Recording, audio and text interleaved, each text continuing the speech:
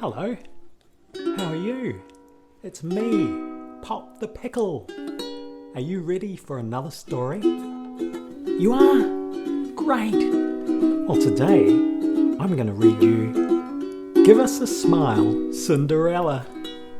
Does that sound like a good book? Yeah, let's hope so. Well, once upon a time, there was a girl called Cinderella.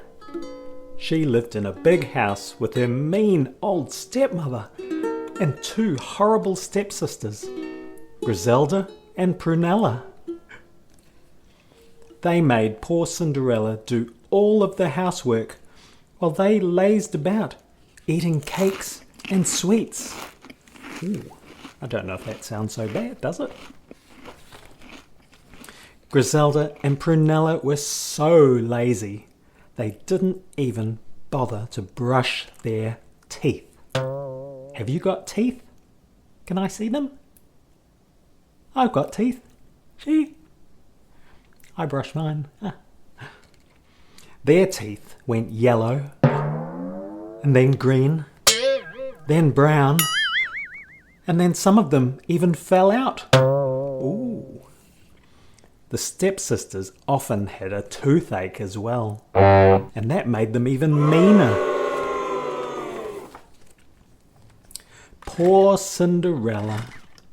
She worked hard all day, but no matter how hard she worked and how tired she was, she always brushed her teeth twice a day. Once in the morning and then again just before bedtime.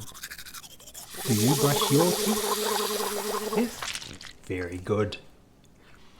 When she went to sleep, Cinderella dreamed that she was married to a handsome prince.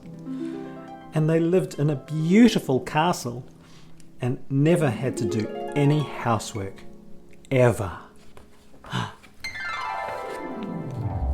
Now, as it happened, there was a handsome prince called Rupert in a castle not very far away.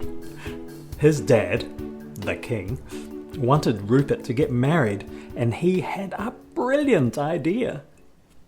"We'll hold a ball," he said excitedly. "What? A football?" asked Rupert. "No, not a football," said the king.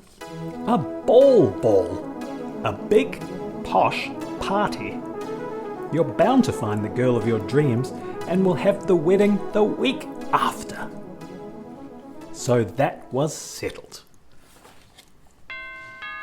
A few days later, the invitations to the royal ball were sent out. "Look, there's one for me," gasped Cinderella. "Yes, but you can't go," sneered Griselda. "That's right," said Prunella. "You've got nothing to wear." The stepsisters made Cinderella brush their hair. Then they made her lace them into their ball gowns. Finally, the stepsisters and their mother went to the ball, leaving poor Cinderella at home by herself. Cinderella sat on the floor and started to cry. Then a beautiful lady appeared in a cloud of smoke.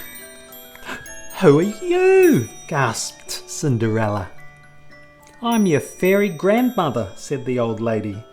"And Cinderella, you shall go to the ball. Here's your ball gown. And here are your glass slippers.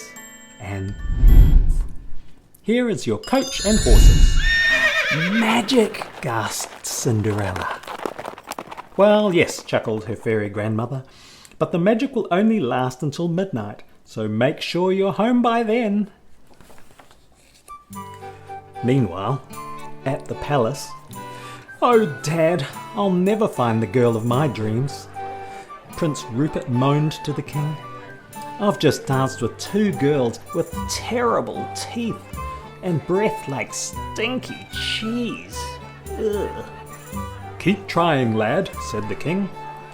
Just then, a girl walked in with the most amazing, beautiful smile that Prince Rupert had ever seen.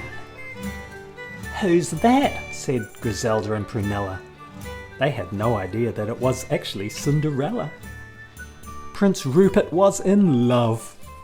He wouldn't dance with anyone else for the rest of the night. At the end of the evening, he took Cinderella's hand and said, "Will you be my..."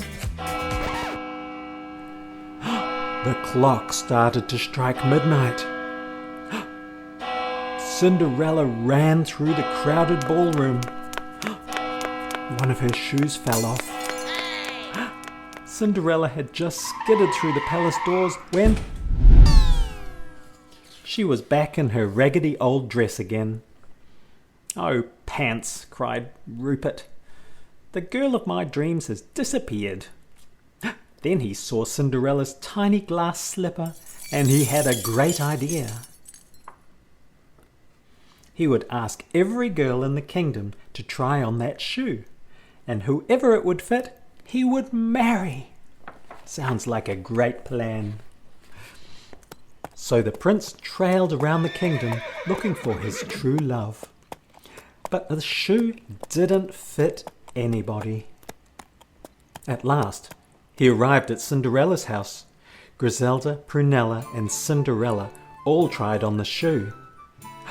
And oh dear, it fit all of them.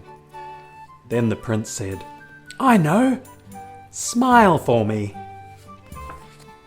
So Prunella smiled. Ugh. Then Griselda smiled. Ugh. And Cinderella smiled too.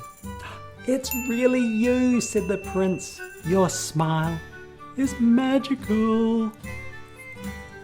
"There's no magic involved," said Cinderella. "Just toothpaste." "Say you'll marry me," cried the prince. "Well, let me see your smile first," said Cinderella. The prince smiled, showing a row of sparkly white teeth. "Okay then," said Cinderella. And they lived happily ever after. Wow, I hope you enjoyed that story, and I hope you don't forget to brush your teeth too, so one day you might grow up and have a nice smile. See ya!